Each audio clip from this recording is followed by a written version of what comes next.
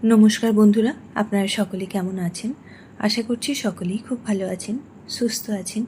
बिकेल बेला किन्तु मोमो खेते आमरा सकलेई खूब भालोबासि। आजके आमि एकदम हेल्दी भावे एकटा मोमो रेसिपि शेयर करलाम। एटा चिकेन छाड़ाई किन्तु चिकेन मोमो बानिये निते पारबेन। बाच्चा बा बड़ोदेर दिले किन्तु चट करे बुझतेई पारबे ना जे एटा चिकेन छाड़ा बानानो हयेछे। तार जन्यई नियेछि देखुन আজকে বানাবো সোয়াবিন দিয়ে মোমো। তাই প্রথমেই দেখুন সোয়াবিনটা সেদ্ধ করতে দেবো একটু লবণ দিয়ে। আর এক বাটি পরিমাণ সোয়াবিন আমি সেদ্ধ করে প্রথমেই দেখুন জলটা ঝরিয়ে আরও একবার জলটা ধুয়ে তারপরে কিন্তু সোয়াবিনগুলোকে ভালো করে জল থেকে চিপে তুলে নিতে হবে। আপনারা আপনাদের বাড়ির সদস্য অনুযায়ী সোয়াবিনটা নেবেন। আমি এখানে প্রায় 100 গ্রাম মতো সোয়াবিনটা সেদ্ধ করে নিয়েছি।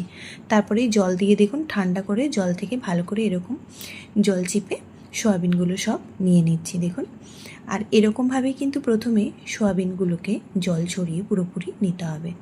এবারে একটা মিক্সিং জার নিয়েছি, তার মধ্যেই দিয়ে দিচ্ছি ওই জল ঝরানো সোয়াবিনগুলো। তারপরেই দুবার মিক্সিতে ঘুরিয়ে নিলেই দেখবেন এরকম কিমা তৈরি হয়ে গেছে। যেরকম চিকেনের কিমা তৈরি হয় ঠিক সেইভাবে সোয়াবিনেরও দেখুন এরকম একটা কিমা তৈরি হয়ে যাবে। আর এটা কিন্তু ভীষণই ভালো হয় খেতে, আর অল্প সময়ে বানানো হয়ে যায়। তাই এরকম বর্ষার দিনে সন্ধ্যেবেলা কিন্তু এরকম মোমো বানিয়ে দেখতে পারেন। এদিকে মোমোর স্টাফিংটা বানাবো, তার জন্য গ্যাসের মধ্যে কড়াই বসিয়ে কড়াইটা বেশ ভালো করে গরম হয়ে গেলেই অল্প খানিকটা সাদা তেল দিয়ে তার মধ্যেই কাঁচা লঙ্কা, কুচানো পেঁয়াজ আর 10 থেকে 12 কোয়া রসুন, তার উপর থেকে অল্প একটু লবণ দিয়ে ভালো করে কিন্তু একটু ভেজে নিতে হবে।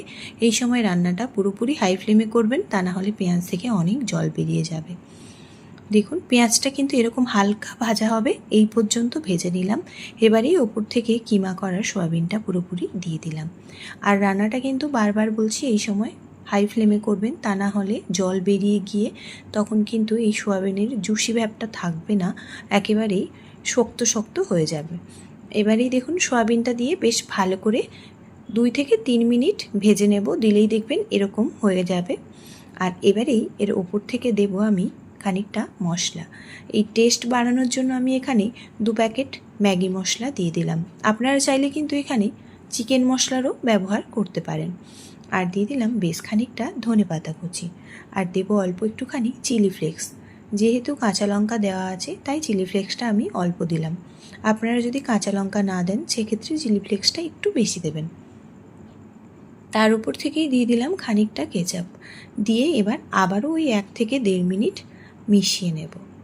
মিশিয়ে নিলেই কিন্তু স্টাফিংটা একেবারেই রেডি হয়ে যাবে, আর কিচ্ছু দিতে হবে না। আর যদি টেস্ট বাড়াতে চান তাহলে বলবো এর মধ্যে অল্প একটুখানি চিজও দিতে পারেন, তাহলে কিন্তু বাচ্চারা ভীষণ পছন্দ করবে।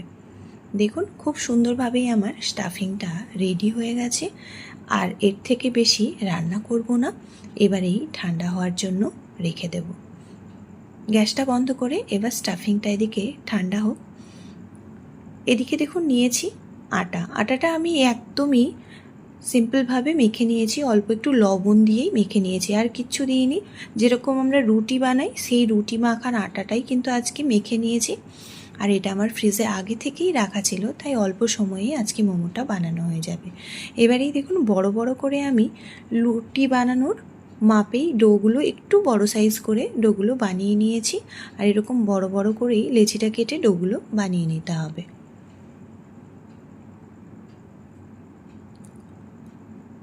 দেখুন সুন্দরভাবেই কিন্তু শেপ দিয়ে আমি গোল করে নিয়েছি। এবারেই রুটিগুলো বেলে নেব, তার জন্যই দেখুন একটা বেলনের মধ্যে দিয়ে দিলাম খানিকটা পরিমাণ আটা।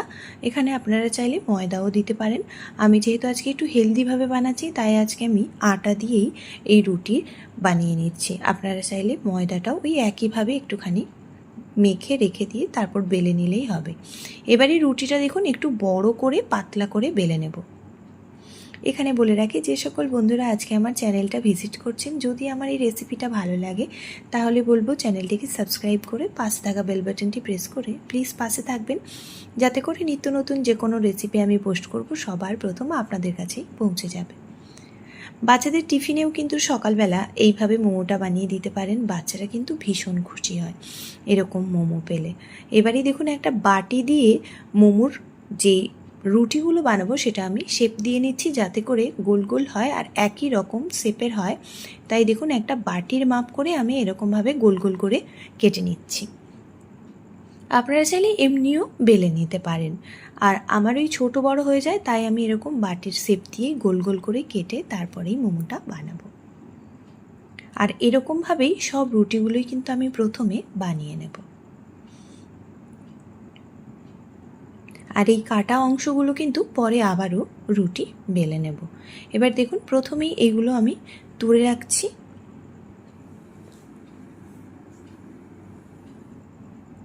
আর বেশ কয়েকটা রুটি আমি ওই একইভাবে বেলে নিয়েছি।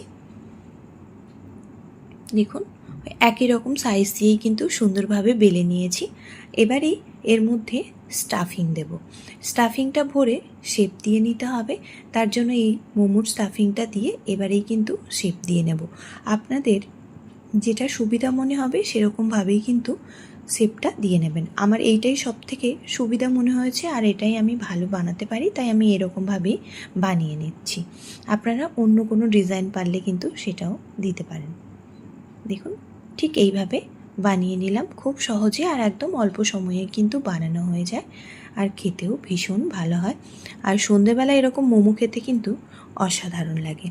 তাই ঝটপট সময় নষ্ট না করে কিন্তু এরকম সোয়াবিন আর আটা মাখা বাড়িতে থাকলেই কিন্তু চট করে এই মোমোটা বানিয়ে নিতে পারেন।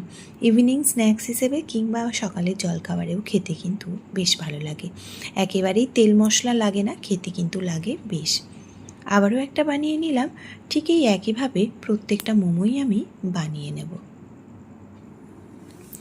আর কারা এরকম মোমো খেতে পছন্দ করেন অবশ্যই কিন্তু একবার কমেন্ট বক্সে জানাবেন। আপনাদের ছোট্ট ছোট্ট কমেন্ট পড়তে যেমনই ভালো লাগে আর ভিডিও বানানোর উৎসাহটাও ঠিক ততটাই বাড়িয়ে দেয়। তাই বলবো অবশ্যই কমেন্ট করবেন। দেখুন বানিয়ে নিলাম আর এইভাবেই দেখুন প্রত্যেকটা মোমো আমি বানিয়ে নিয়েছি। এবারেই এটা স্টিম করতে বসাবো। তার জন্য দেখুন একটা কড়াই নিয়েছি আর কড়াইতেই প্রথমে দিয়ে দিচ্ছি জল।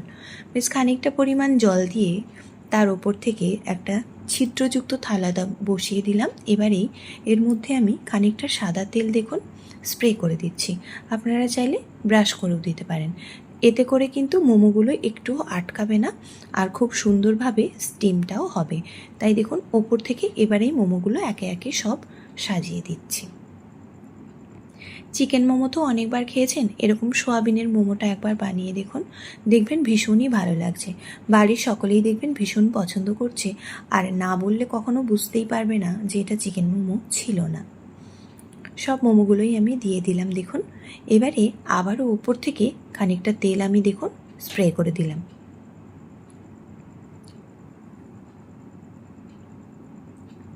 আর ওপর থেকে ছড়িয়ে দিচ্ছি খানিকটা চিলি ফ্লেক্স। একটু ঝাল ঝাল ফ্লেভার হবে আর দেখতেও ভালো লাগবে তাই। এবারে ঢেকে 10 মিনিট স্টিম করে নিলেই কিন্তু মোমো একদম রেডি।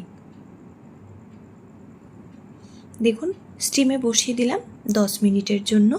আর 10 মিনিট স্টিম করার পরেই দেখাচ্ছি কতটা সুন্দর দেখতে হয়েছিল। দেখুন কতটা সুন্দরভাবে মোমোটা রেডি হয়েছে। দেখতে যেমনই সুন্দর হয়েছে খেতেও বিশ্বাস করুন ভীষণ সুন্দর হয়েছিল। তাই বলবো সন্ধ্যাবেলা চটজলদি এরকম মোমো বানিয়ে নিন আর বাড়ির সকলকে খাওয়ান, ভীষণ ভালো হয় খেতে। দেখুন কেউ কারোর গায়ের মধ্যে আটকায়ও না আর একেবারেই হেলদি, আর কতটা সফট হয়েছে সেটা দেখেই বুঝতে পারছেন। এবার একবার এরকম আটা দিয়ে মোমোটা বানিয়ে দেখুন তো। ময়দা দিয়ে সবসময় খেয়েছেন, এবারে আটা দিয়ে হেলদি মোমোটা অবশ্যই ট্রাই করুন। ভালো লাগলে কমেন্ট বক্সে কিন্তু কোনোভাবেই জানাতে ভুলবেন না। আর যদি খুব ভালো লাগে তাহলে আত্মীয় স্বজন বন্ধু বান্ধবদের সঙ্গে একটুখানি শেয়ার করে দেবেন। পুরো মোমোটাই স্টিম করা হয়ে গেছে। এবার এই প্লেটের মধ্যে দিয়ে দিলাম। আপনারা এটা কিন্তু এমনি সস দিয়েও খেয়ে নিতে পারেন কিংবা টমেটো চাটনিও বানিয়ে নিতে পারেন। দিয়েই গরম গরম পরিবেশন করুন। ছোট বড় সকলেরই দেখবেন ভীষণ পছন্দ হয়েছে। এবারে একটা আপনাদের ছিঁড়ে দেখায় যে কতটা সফট হয়েছে। দেখেই বুঝতে পারছেন একেবারেই সফট দেখুন, আর ভেতরে স্টাফিংটা কতটা সুন্দর লাগছে দেখতে, টেস্টিও হয় ভীষণই সুন্দর। তাই বলবো অবশ্যই ট্রাই করুন। এতটা সময় আমার সঙ্গে থেকে আমার এই রেসিপিটা দেখার জন্য আপনাদের অসংখ্য ধন্যবাদ। ভালো থাকবেন, সুস্থ থাকবেন। আবারও আপনাদের সঙ্গে দেখা হবে পরের কোনো রেসিপিতে।